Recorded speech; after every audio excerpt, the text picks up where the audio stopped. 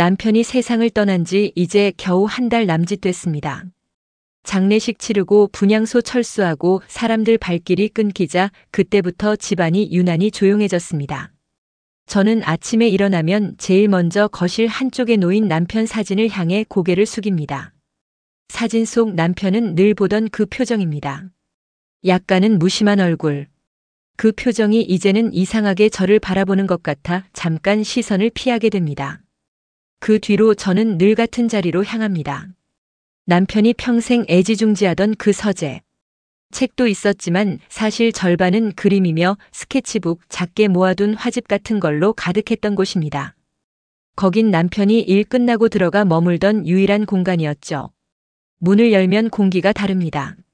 조금은 눅눅한데 그 특유의 묵은 책 냄새랑 물감 비슷한 냄새가 섞여 있습니다.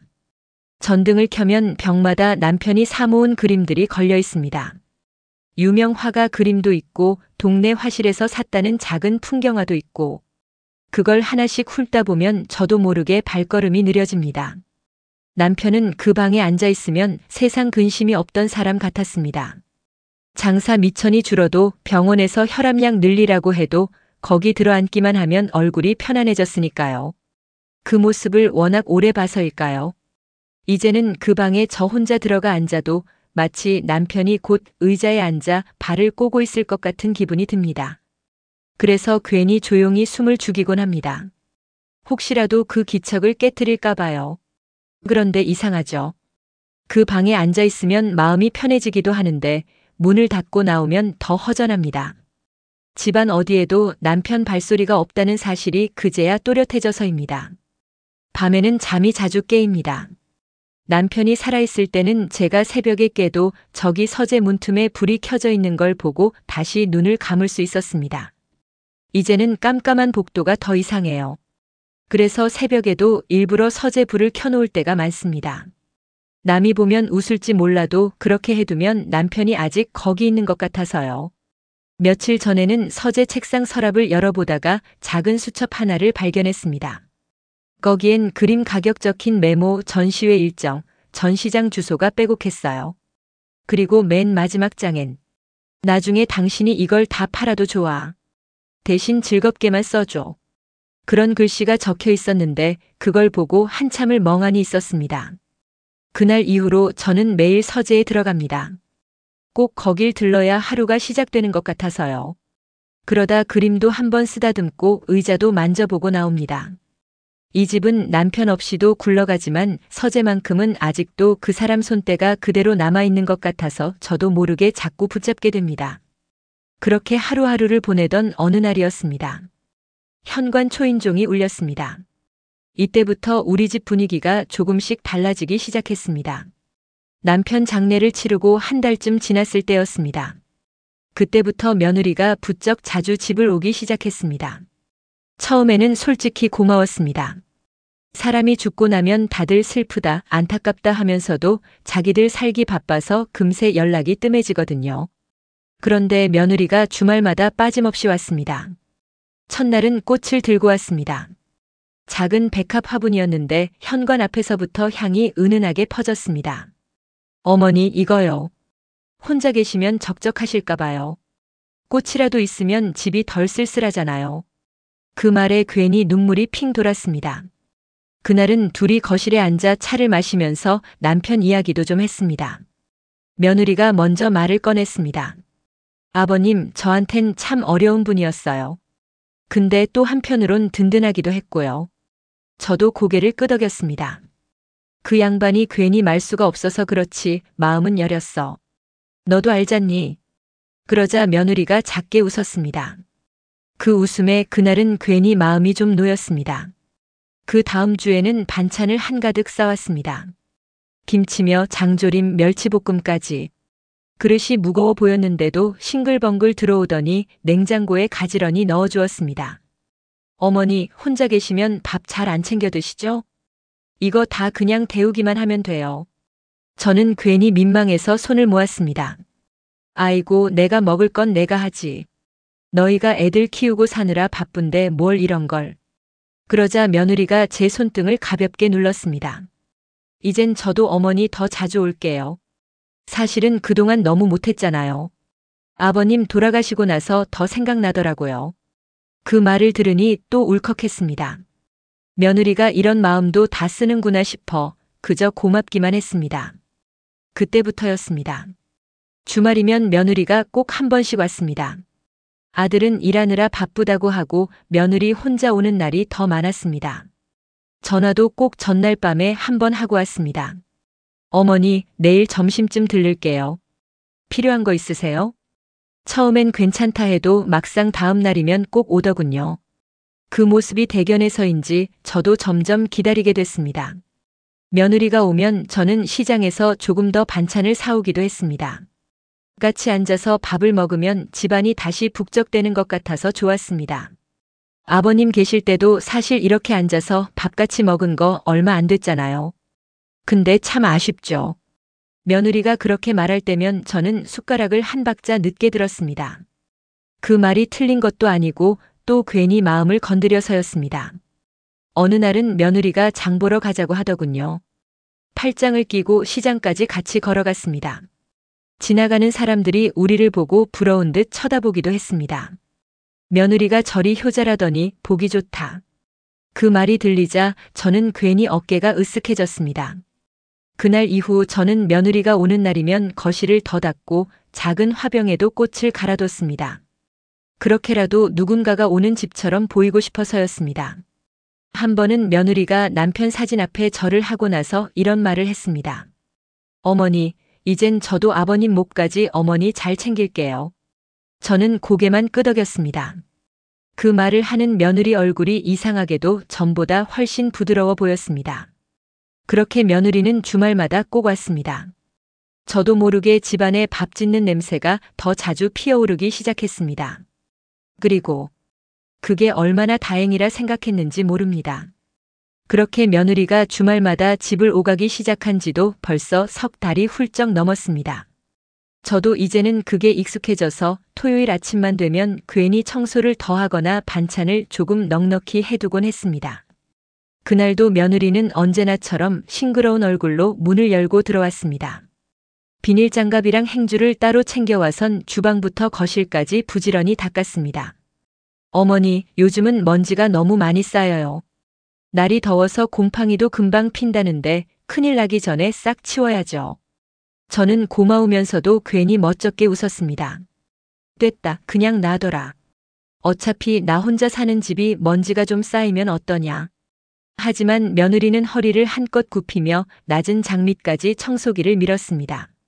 아이고 어머니, 혼자 사셔도 깨끗하면 기분이 다르죠. 게다가 아버님이 얼마나 깔끔 떠셨는데요. 그 말을 듣자 가슴이 조금 저릿했습니다. 맞아요. 그 사람 살아있을 때는 여기저기 묻은 먼지를 기가 막히게 찾아내서 꼭 닦으라 했었죠. 청소를 끝낸 며느리는 서재문을 힐끗 보더니 조심스레 물었습니다. 어머니, 저 방은 오늘도 그냥 두세요?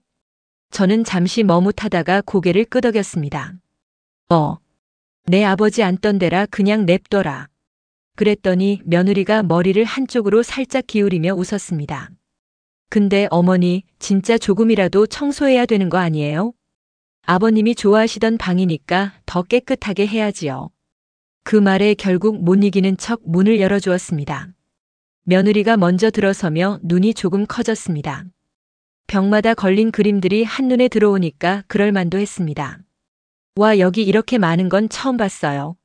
며느리는 눈빛을 반짝이며 천천히 방 안을 돌아다녔습니다. 손가락으로 액자를 살포시 짚어보기도 하고 낮은 책장 위에 놓인 작은 캔버스들도 이리저리 들여다봤습니다.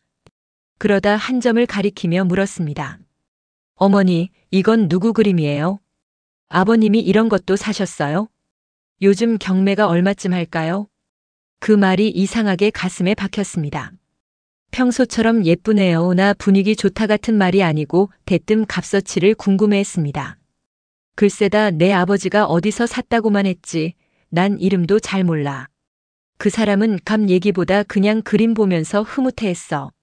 저는 시선을 돌리며 그렇게만 말했습니다. 그런데 며느리는 그림을 한참 들여다보더니 혼잣말로 중얼거렸습니다. 요즘은 저런 게 돈이 되지 확실히. 저는 괜히 기침을 한 번 했습니다. 그 말을 못 들은 척 넘어가고 싶어서였습니다.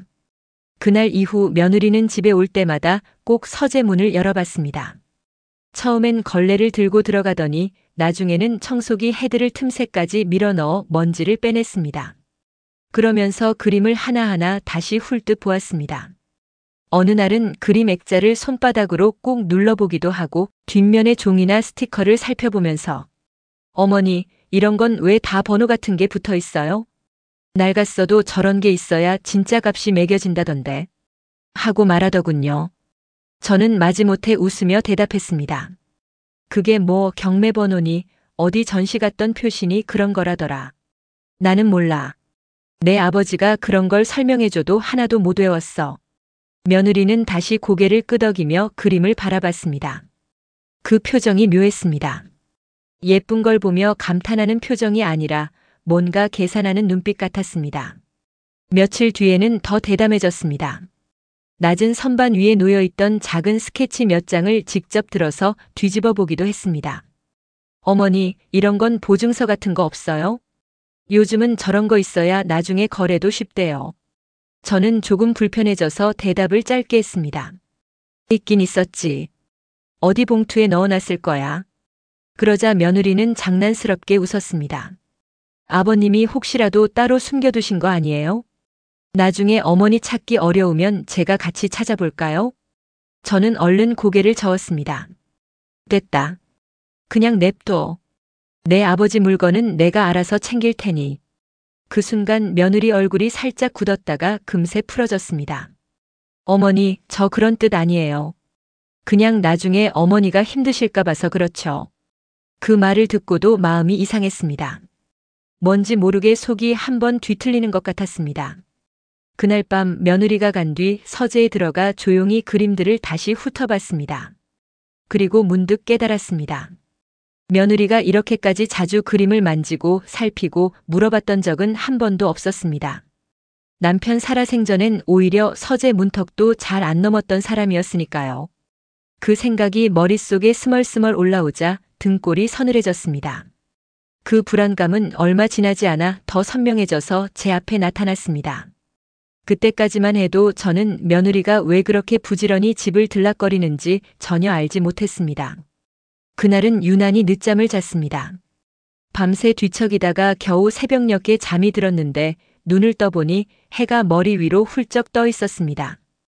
허둥지둥 일어나 부엌으로 가서 설거지통부터 비웠습니다. 며칠 전 며느리가 사온 반찬통들이 싱크대에 쌓여 있었거든요.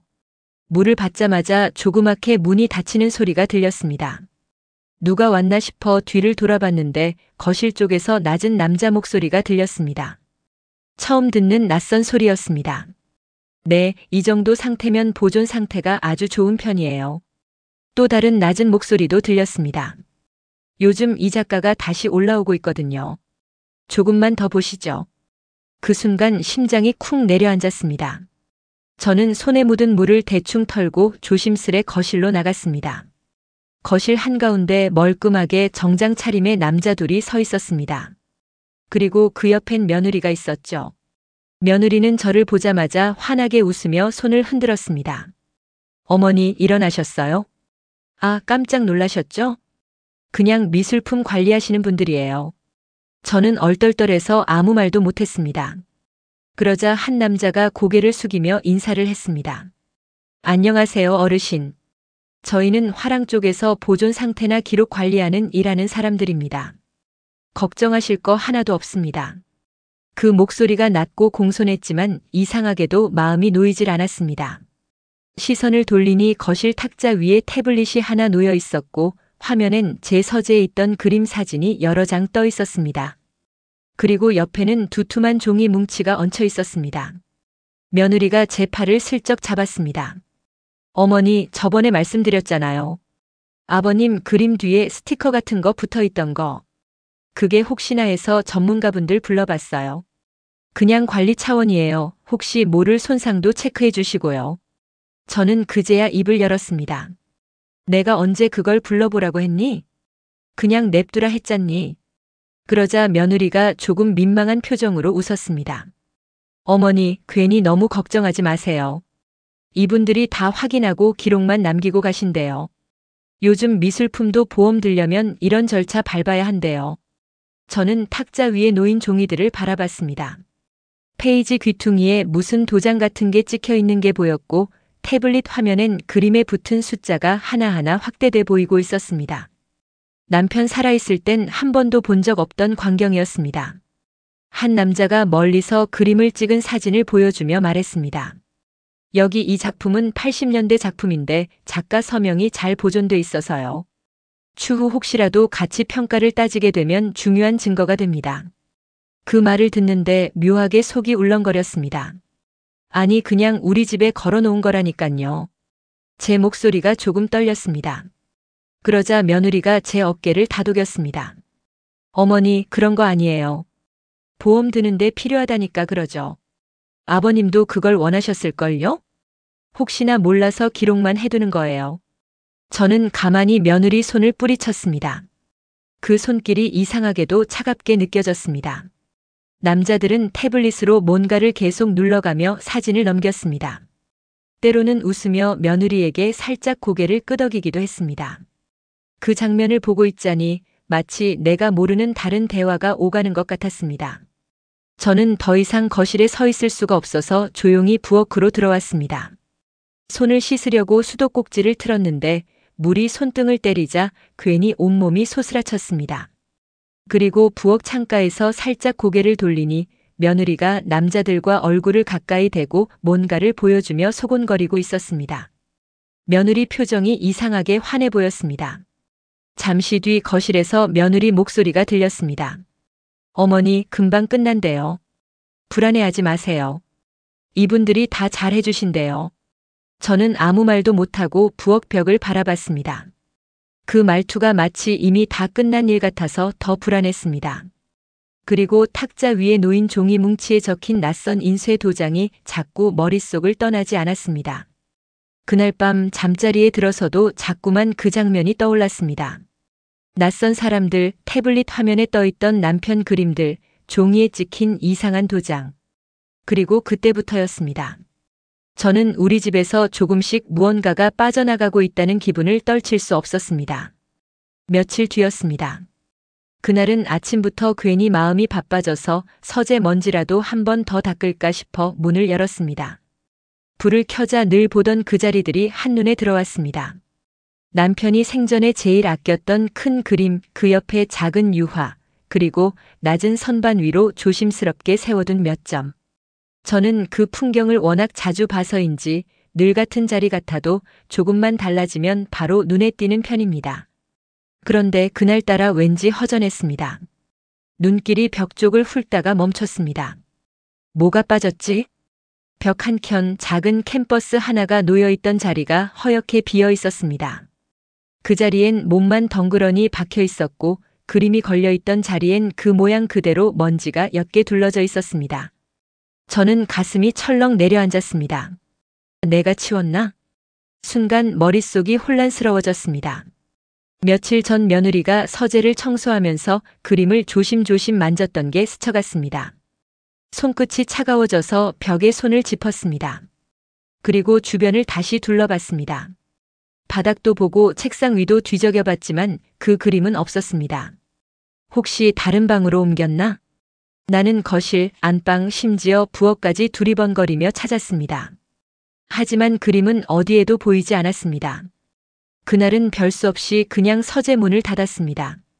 머리가 아려서 괜히 몸까지 으슬으슬 떨렸습니다. 그리고 그 뒤로 며칠을 더 지켜봤습니다. 혹시 며느리가 올 때 들고 들어오지 않을까 싶어 주말마다 현관에서 문 열리는 소리만 나면 심장이 덜컥 내려앉았습니다. 그런데 아무리 기다려도 그림은 다시 나타나지 않았습니다. 결국 저는 며느리가 부엌에서 과일을 깎고 있을 때 조심스레 말을 꺼냈습니다. 저기 지난번에 서재 청소할 때 작은 그림 하나 봤니? 벽에 걸려있던 거. 며느리는 눈썹을 살짝 치켜 올리더니 금세 웃으며 대답했습니다. 아, 그거요? 제가 먼지 털다가 혹시라도 깨질까봐 잠시 들고 나갔어요. 곧 돌려드릴게요. 그 목소리가 너무 태연해서 오히려 더 마음이 불안해졌습니다. 들고 나갔다니 어디로? 제가 다시 묻자 며느리는 웃음을 잃지 않고 답했습니다. 아유 어머니 걱정하지 마세요. 제가 아는데 잠깐 맡겨뒀어요. 깨끗하게 정리해서 다시 걸어드리려고요. 그 말을 들으면서도 속이 이상했습니다. 멀쩡히 걸려있던 걸 왜 굳이 들고 나가 깨끗이 한다는 건지 그게 그렇게까지 필요한 일인가 싶었습니다. 며느리는 제 표정을 읽었는지 다시 장난스럽게 말했습니다. 어머니, 너무 예민하게 생각하지 마세요. 저도 다 어머니 위해서 그러는 거예요. 그 말에 저는 억지로 고개를 끄덕였습니다. 그냥 알겠다는 듯, 더 묻지 않겠다는 듯 고개만 숙였습니다. 하지만 그날 밤 혼자 서재에 앉아 벽을 바라보는데 손끝이 부르르 떨렸습니다. 남편이 제일 먼저 샀던 그 그림. 평생 고생하면서도 그 작은 그림 하나 살 때만큼은 세상 누구보다 신이나 했던 얼굴이 떠올랐습니다. 그리고 그 자리가 비어있는 걸 또렷이 보고 있으려니 그 자리가 마치 구멍처럼 느껴졌습니다. 그 그림 하나가 사라졌을 뿐인데 남편이 조금 더 멀리 가버린 것 같았습니다. 며느리는 아무렇지 않게 웃었습니다. 곧 돌려준다고도 했습니다. 하지만 제 속은 도무지 가라앉지 않았습니다. 그때부터였습니다. 며느리가 주방에 있든 거실에 앉아 있든 저는 자꾸만 서재 문을 흘끔흘끔 보게 됐습니다. 괜히 한 번 더 들어가 확인하고 다시 문을 닫고 나오면서도 가슴이 답답했습니다. 며느리는 며칠 뒤에도 여전히 아무렇지 않게 웃으며 말했습니다. 어머니, 그림 곧 돌아올 거예요. 깨끗하게 해서 다시 걸어드릴 테니까 걱정하지 마세요. 그 말이 점점 더 이상하게 들렸습니다. 괜히 며느리 손에 들린 가방만 봐도 거기에 뭔가 들어있는 것 같아 소름이 돋았습니다. 그리고 저는 그날 밤 깨달았습니다. 내가 이렇게까지 그림 한 점 때문에 불안해하고 있는 건 사실 그게 그냥 그림이 아니라 남편의 마지막 자취 같아서였습니다. 그 불안은 며느리의 작은 웃음에도 가라앉지 않았습니다. 오히려 점점 더 선명하게 자라나고 있었습니다. 며칠 동안 집안은 별일 없이 조용했습니다. 그림 하나가 없어진 이후로도 며느리는 예전처럼 주말이면 꾸준히 왔습니다. 오면 부엌에 들어가 반찬을 꺼내고 테이블을 닦고 거실 소파 쿠션까지 다시 정리했습니다. 저는 그런 며느리를 바라보면서도 마음 한켠이 계속 서늘했습니다. 그림이 없어진 빈 벽을 볼 때마다 그 허전함이 그냥 허전함이 아니란 걸 점점 더 느꼈습니다. 그러던 어느 날이었습니다. 그날도 며느리는 늘 하던 것처럼 식탁에 앉아 커피를 마시다가 무슨 생각이 났는지 조용히 입을 열었습니다. 어머니, 솔직히 말씀드리면 저희도 요즘 사정이 좀 그래요. 저는 무심히 컵을 닦으며 대답했습니다. 사정이야 다 그렇지. 너희도 가게세도 나가고 애들 학원비도 들 테고. 며느리는 작게 한숨을 내쉬더니 가방을 뒤적였습니다. 그러더니 조심스럽게 서류 몇 장을 꺼내 식탁 위에 올렸습니다. 어머니, 이거 한 번만 봐주세요. 괜히 놀라지 마시고요. 저는 젖은 손을 앞치마에 슥 닦고 종이를 내려다봤습니다. 깨끗한 종이 위에 인쇄된 글자들이 또박또박 박혀 있었습니다. 이게 뭐냐? 제가 묻자 며느리는 조금은 망설이다가 이내 부드러운 표정을 지으며 말했습니다. 그냥 위탁 판매 계약서예요. 어머니 서재에 있는 그림 몇 점만 잠깐 화랑에 맡기는 거예요. 절대 싸구려로 넘기지 않아요. 다 기록 남기고 일정 가격 이상 아니면 절대 안 팔고요. 저는 그 말을 듣자마자 가슴이 덜컥 내려앉았습니다. 손끝이 부르르 떨렸습니다. 그걸 왜 내가 하냐? 그러자 며느리가 저를 바라보며 작게 웃었습니다. 하지만 그 웃음은 어딘가 불편하게 경직되어 있었습니다. 어머니, 저희가 좀 도와드리려고 그러는 거예요. 솔직히 어머니도 그림이 워낙 많아서 관리가 힘드시잖아요. 안 그래도 저번에 전문가들이 상태도 봐갔는데 그때 다 괜찮다고 했잖아요. 저는 아무 대답을 하지 못했습니다. 그랬더니 며느리는 조금 더 다가앉아 목소리를 낮췄습니다. 그리고 요즘 가게세도 너무 오르고 솔직히 저희도 좀 여유가 없어요. 그림 몇 점만 정리하면 어머니도 한결 편하시고 저희도 숨 좀 돌릴 수 있잖아요. 저는 식탁 모서리를 손으로 꾹 눌렀습니다. 혈관이 서늘하게 당기는 게 느껴졌습니다. 너희 가게가 힘든데 그걸 왜 내 아버지가 평생 모은 그림으로 메꾸냐? 그건 그 사람 숨결 같은 거다. 나는 그거 못해.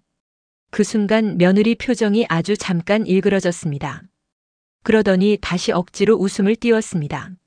어머니, 오해하지 마세요. 이거 절대 아무데나 넘기는 거 아니에요. 화랑에서 정식으로 위탁 판매하는 거예요. 여기 보면 일정 금액 이상이어야 판매 승낙한다는 조항도 있죠. 며느리는 종이를 손가락으로 톡톡 두드렸습니다. 그러면서 다시 부드러운 목소리로 말했습니다. 그리고요, 그 잔금은 여기 보시면 어머니 이름으로 처리되는 게 아니고 저희가 대신 관리해드리기로 한 거예요. 어머니 혼자 계셔서 이런 거 힘드시잖아요. 저는 그 말을 듣자 숨이 턱 막혔습니다. 그러니까 그 돈이 내 계좌로 간다는 거냐? 며느리는 작게 한숨을 쉬었습니다. 어머니, 저희도 다 어머니 위해서 그러는 거예요. 어차피 저 그림들 나중에 물려받으면 우리가 관리할 거잖아요. 지금부터 조금씩 정리해두는 게 낫죠. 안 그러면 나중에 더 복잡해져요. 저는 그 말을 듣는 순간 머릿속이 쿵 하고 울렸습니다. 손이 떨려서 식탁 위 종이를 제대로 잡지도 못했습니다. 내 남편이 평생 모은 걸. 그걸 내가 이렇게 아무렇지 않게 팔아치울 생각을 했구나. 그러자 며느리가 살짝 고개를 떨구더니 곧장 눈을 들어 저를 바라봤습니다. 어머니, 요즘 같은 세상에 그림은 현금보다 더 안전할 때도 많아요. 괜히 욕심 부리지 말고 우리 조금만 믿어주세요. 그 순간 손끝이 서류 귀퉁이를 움켜쥐었습니다. 서류 끝이 구겨지면서 사각거리는 소리가 들렸습니다. 싫다. 나는 내 시아버지 물건은 절대 못 건드린다. 그러자 며느리는 작게 숨을 고르고 다시 웃으며 서류를 제 쪽으로 더 밀었습니다. 어머니, 도장만 한 번 찍으시면 돼요. 그냥 도장 하나로 우리 모두 편해질 수 있어요. 저는 그대로 눈을 질끈 감았다가 떴습니다. 그리고 떨리는 손으로 서류를 그대로 들어서 양손으로 잡아 찢었습니다. 종이가 찢기는 소리가 거실에 크게 울렸습니다. 며느리는 화들짝 놀라더니 입을 꼭 다물었습니다. 찢어진 서류 조각이 테이블 위로 그리고 바닥으로 흩어졌습니다. 저는 그 서류 조각을 내려다보며 차갑게 말했습니다. 2번 다시 이런 거 들고 오지 마라. 그리고 그림은 앞으로 손도 대지 마. 며느리는 한참을 말이 없더니 작게 입술을 깨물었습니다. 그리고 아무 말 없이 의자를 밀고 일어나 가방을 챙겼습니다. 그 뒤로 며느리는 주방 문가에 서서 저를 한번 바라봤습니다. 눈빛이 전처럼 다정하지 않았습니다. 어쩌면 처음 보는 얼굴 같기도 했습니다. 그날 이후로 우리 집 공기는 다시 달라졌습니다. 그리고 며느리는 더 이상 예전처럼 자주 오지 않았습니다. 하지만 그건 또 다른 불안의 시작일 뿐이라는 걸 저는 그때는 아직 몰랐습니다. 며느리가 그 서류를 내밀었다가 제가 찢어버린 뒤 그날 이후로 며느리는 몇 주째 모습을 보이지 않았습니다. 주말마다 당연히 오던 며느리가 한 달 가까이 발길을 끊으니 처음엔 속이 시원한 듯도 했습니다. 괜히 또 그림 얘기 꺼낼까봐 신경 쓰였는데 잘 됐다. 그런데 그 평온은 오래가지 못했습니다. 어느 날이었습니다. 우체통을 열어보니 묘하게 두툼한 A4 서류 봉투가 들어있었습니다. 봉투 윗부분에는 진우갤러리라는 로고가 선명히 찍혀 있었고 그 옆에 작게 작품 보존 및 위탁 관리 안내라는 글씨가 박혀 있었습니다. 가슴이 철렁 내려앉았습니다. 그 자리에서 봉투를 뜯어보니 그 안에는 컬러로 출력된 문서가 여러 장 들어 있었습니다. 맨 첫 페이지에는 이진국 컬렉션 주요 작품 관리 리스트 라고 또렷이 적혀 있었는데 그 밑엔 제 서재에 있던 그림들이 사진으로 한 장씩 박혀 있었습니다. 남편 이름이 선명히 적힌 그 문서에서 눈을 떼지 못했습니다. 그 밑엔 작게 이렇게 적혀 있었습니다. 2025년 7월 중 1차 위탁 보존 계약 진행 예정. 사전 관리비 일부 납부 완료. 최종 판매 여부 갤러리 담당자 직권 의사 확인. 손끝이 부르르 떨렸습니다. 사전 관리비? 직권 확인?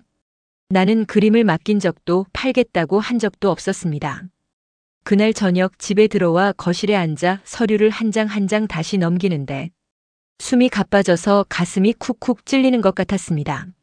며칠 뒤엔 더 노골적인 흔적이 드러났습니다. 집 초인종이 울려서 인터폰 화면을 보니 낯선 남자가 작은 가방을 들고 서 있었습니다.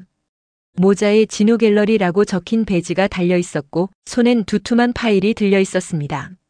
저는 인터폰 버튼을 누르지 않고 조용히 서 있었습니다. 그러자 남자가 문 앞으로 와서 문고리를 가볍게 건드리고는 뭔가를 투입구로 밀어 넣었습니다.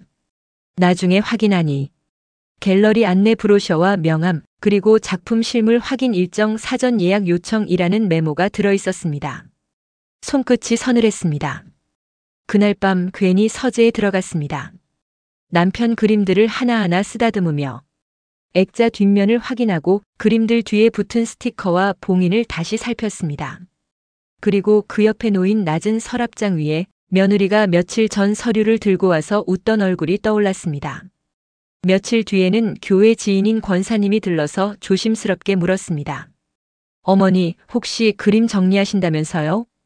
진우 갤러리에서 어머니 댁 주소 물어보길래 전 그냥 기증 준비하시는 줄 알고 안내만 했는데 그 말을 듣는 순간 귀가 멍멍해졌습니다. 내가요? 내가 언제 그랬다고 그래요? 아니, 저는 그냥 며느님이 지난번에 같이 교회 행사 왔을 때 갤러리 사람들 얘기 조금 하시길래 그런 줄 알았죠. 머리가 쭉 당기며 어지러질했습니다. 그날 밤도 잠이 오지 않아 거실에 앉아 있는데 서랍 위에 놓인 갤러리 봉투가 또 보였습니다. 그 안에는 분명 며느리 이름이 접수자로 적힌 서류 복사본이 들어 있었습니다. 거기엔 신유진 접수 담당이라고 제 며느리 이름이 찍혀 있었습니다. 그제야 확실히 알았습니다. 며느리가 제게 들이민 서류를 찢어버린 뒤에도 이미 자기 이름으로 그림 사진과 감정서를 다 넘겨서 화랑과 따로 계약 절차를 밟고 있었다는 걸요. 저 몰래 이미 준비는 다 끝내놓은 상태였습니다. 그날 이후 며느리는 전화조차 하지 않았습니다. 이따금 교회에서 보자고 연락을 해도 요즘 애들 학원비도 빠듯해서요. 주말엔 알바까지 나가느라 하고 둘러댔습니다. 그리고 그 뒤로 집에는 진우 갤러리에서 보낸 안내 우편물만 며칠 간격으로 꼬박꼬박 도착했습니다. 계약 최종 진행 전 실물 재검증 일정 조율 필요. 그 문장을 읽는데 등골이 싸늘했습니다. 그때 깨달았습니다. 이 애는 결국 내 그림들을 팔 작정이었다는 걸요. 남편이 평생 모은 그리고 나에게 마지막으로 남겨준 그 조용한 유산을 며느리는 자기 이름으로 화랑에 넘겨서 이제 곧 언제든 팔아치울 수 있는 상태로 만들어두고 있었던 겁니다. 그 밤 나는 아무 불도 켜지 않은 서재에 들어가 남편 그림들을 하나하나 만졌습니다. 그리고 작게 속삭였습니다. 여보, 당신 그림들 내가 지켜야겠지? 이대로 내버려두면 당신이 이 집에 남긴 숨결까지 다 사라져버릴 테니까. 며칠 밤을 서재에서 보냈습니다. 그림을 바라보고 앉아있으면 남편이 숨죽여 붓질을 살피던 얼굴이 그대로 떠올랐습니다. 그 사람은 늘 조용히 그림을 쓰다듬었습니다. 무슨 말을 붙여도 응, 좋다 하고 고개만 끄덕일 뿐 별다른 소리도 안 했던 사람. 그래서 더 그립고 더 억울했습니다. 결국 저는 결심했습니다. 이대로 두면 며느리가 언제든 다시 손을 뻗을 게 뻔했습니다. 이미 화랑 쪽의 서류며 감정이며 다 넘어간 상태였으니 혹여 내가 잠시 약해지면 모든 게 단숨에 무너질 수도 있는 일이었습니다. 그래서 저는 직접 움직이기로 했습니다. 먼저 교회 권사님께 전화를 걸었습니다. 며칠 전 갤러리에서 우리 집 주소를 묻던 그때를 언뜻 들었던 그 권사님이었습니다. 권사님, 그때 말씀하신 지역 전시관 있잖아요. 그 작은 곳 그림 몇 점 기부하신 분도 있다던데. 그러자 권사님은 반가운 듯 대답했습니다. 아, 어머니.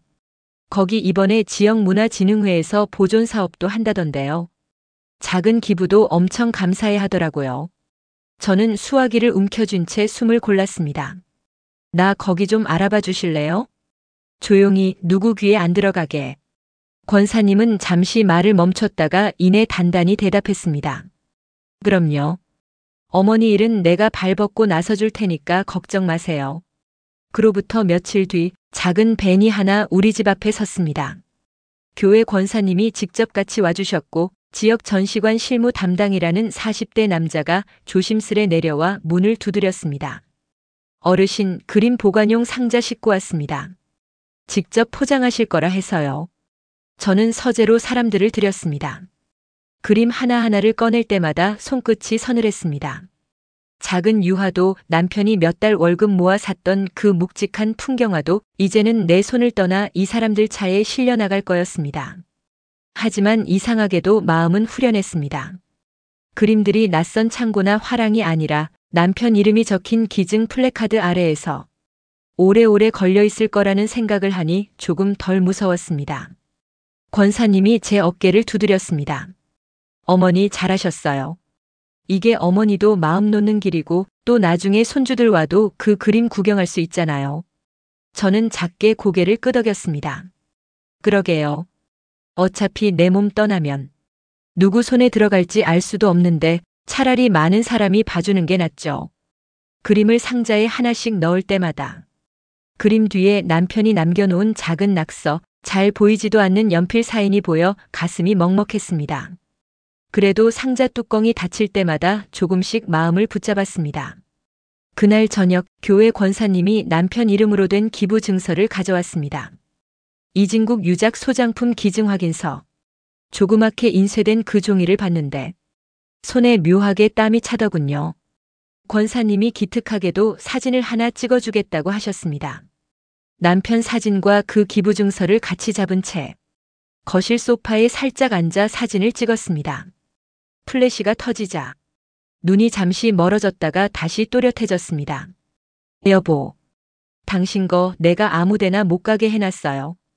이제 저기 가면 당신 그림도 보고 싶은 사람들 다 보고 내가 떠난 뒤에도 이름은 남을 거예요.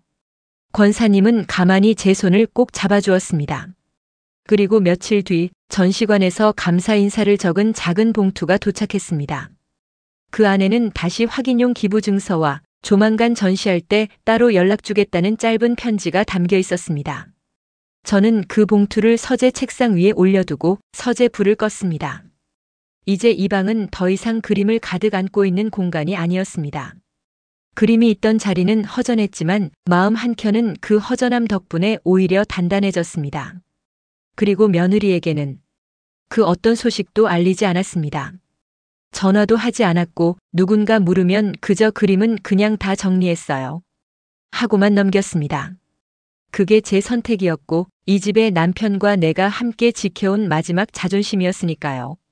며느리가 집에 오지 않은 지 한 달도 채 안 됐을 때였습니다. 그 사이 저는 전시관의 기증도 마무리했고 조용히 일상을 되찾으려 애썼습니다.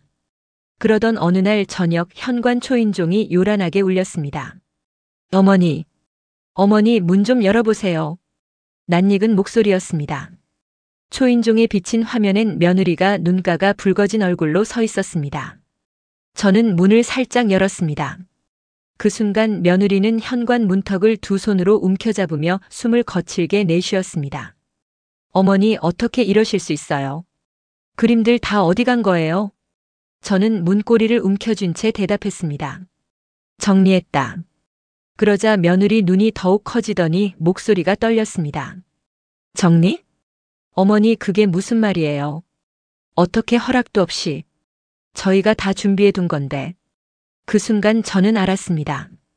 며느리가 이미 그림을 자기 마음대로 내세워 어디에선가 돈을 움직였다는 걸요. 조심스럽게 말을 꺼냈습니다. 혹시 그 그림 가지고 대출 같은 거 냈냐? 그러자 며느리는 처음엔 눈길을 피하더니 이내 울먹이며 말했습니다. 어머니, 저희도 너무 힘들어서 그랬어요. 그 그림들 다 계약서도 받고 화랑에서 보증 같은 것도 넣어주겠다고 해서 그거 담보로 일부 투자만 한 거예요. 저는 눈앞이 깜깜해졌습니다. 투자? 네가 그걸 그렇게까지. 그건 내 남편 유산이다. 네 것도 아니고 내 것도 아니다. 며느리는 손을 떨며 바닥을 바라보다 결국 주저앉듯 털썩 앉았습니다. 근데 이제 다 어쩌라고요? 저희 그거 믿고 가게 확장했단 말이에요. 화랑에서도 전시 계약서 진행한다 해서 그 그림들 있어야 보증이 성립되는 거였는데 어머니가 그걸 전부 다 없애버리면 저희는 어떻게 해요? 그 목소리가 한층 높아지더니 거의 울부짖음으로 변했습니다. 어머니, 어떻게 그럴 수 있어요? 그거 다 저희도 살 길이었단 말이에요. 저는 가만히 며느리를 바라봤습니다. 그 얼굴에서 더 이상 전처럼 나를 챙기던 웃음은 보이지 않았습니다. 오히려 내 남편 그림을 자기 돈줄쯤으로 여기다 낭패 본 사람의 초조함과 분노가 그대로 묻어 있었습니다. 잠시 뒤 며느리는 얼굴을 감싸 쥐고 소리 없이 울었습니다.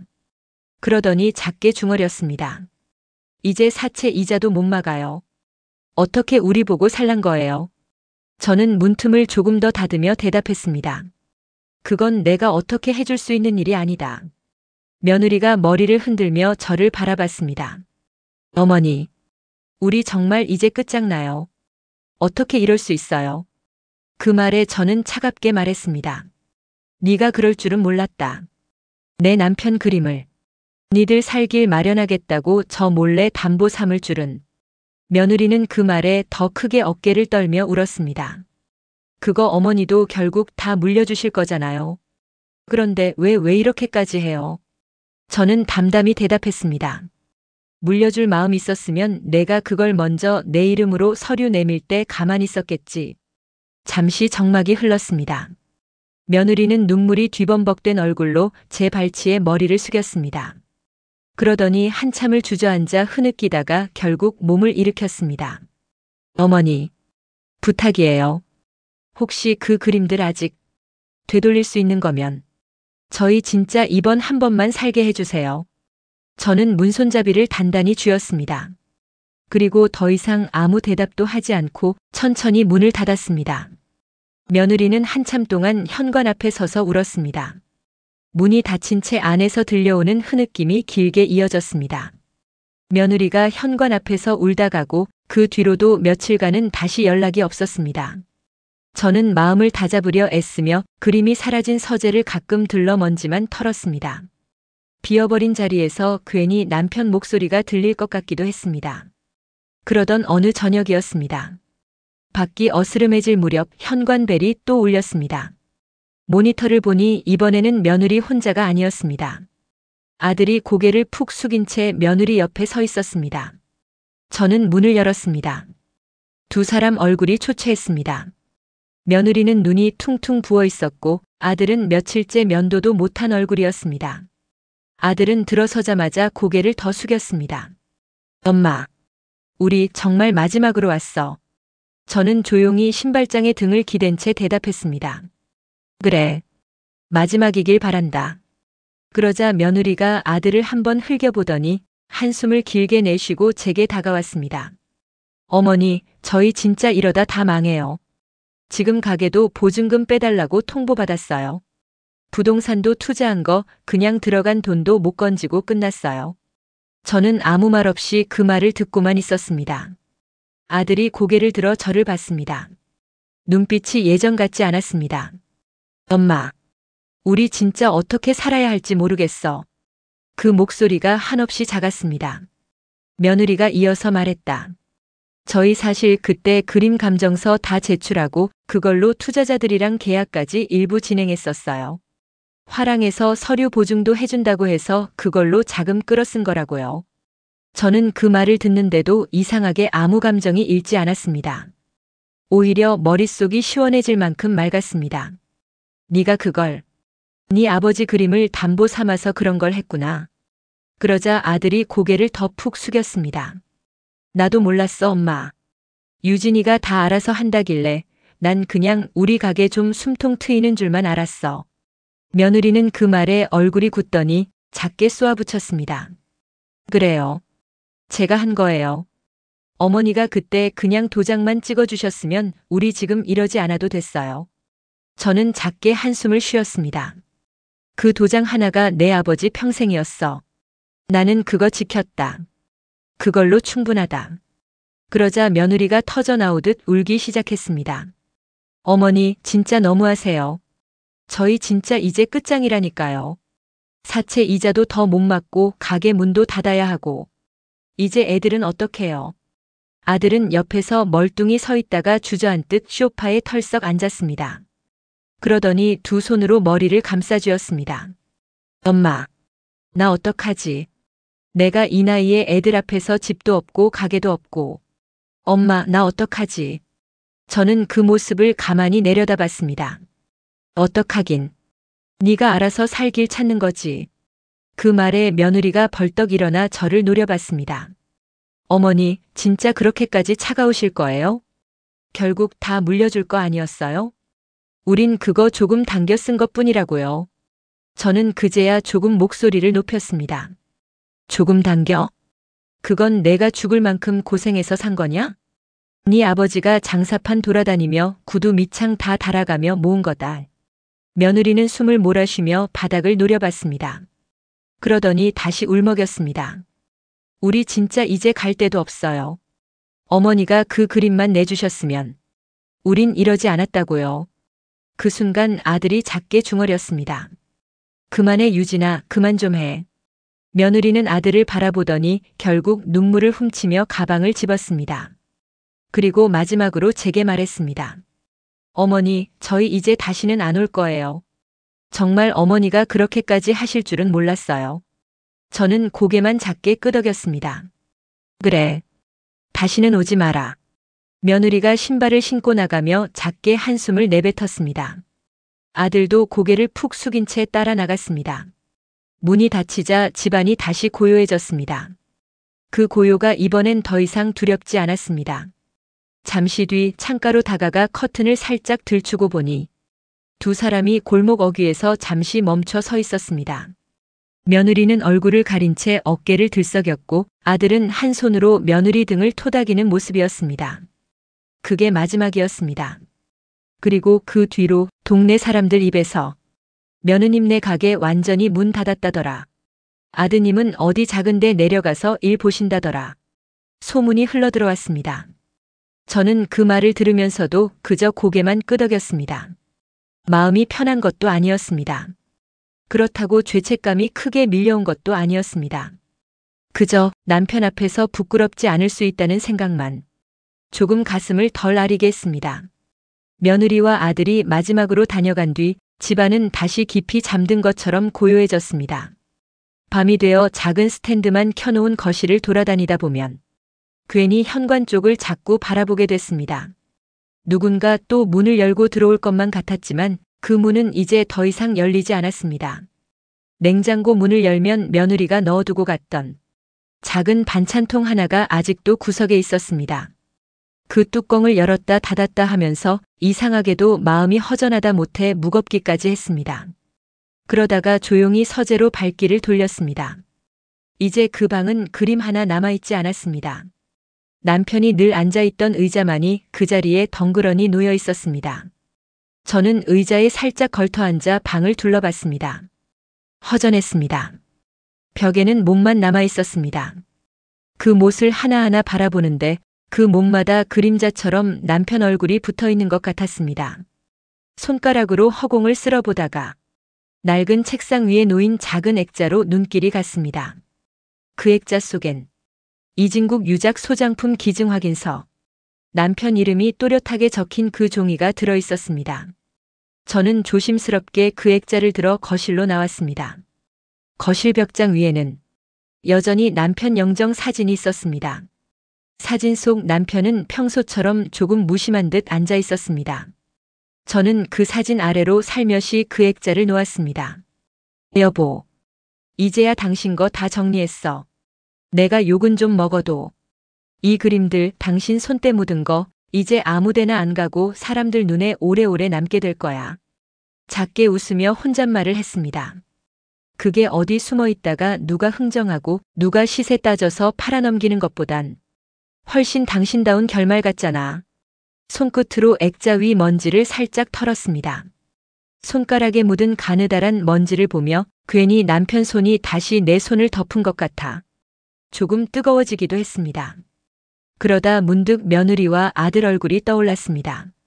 현관에서 울부짖던 며느리, 소파에 주저앉아 머리를 감싸주던 아들. 우리 애들? 몰라. 그 애들은 결국 나보다 당신 그림값이 더 중요했던 것 같아. 그 말을 내뱉자 입안이 씁쓸했습니다. 하지만 후회는 없었습니다. 작게 숨을 고르고 다시 남편 사진을 바라봤습니다. 그래도 여보, 나는 당신 앞에서 부끄럽지 않아. 그렇게 말을 하고 나니 가슴 어디쯤에 박혀있던 돌덩이가 조금은 풀어지는 듯 했습니다. 스탠드를 끄고 거실 불을 모두 껐습니다. 그러자 방 안은 조용히 어두워졌습니다.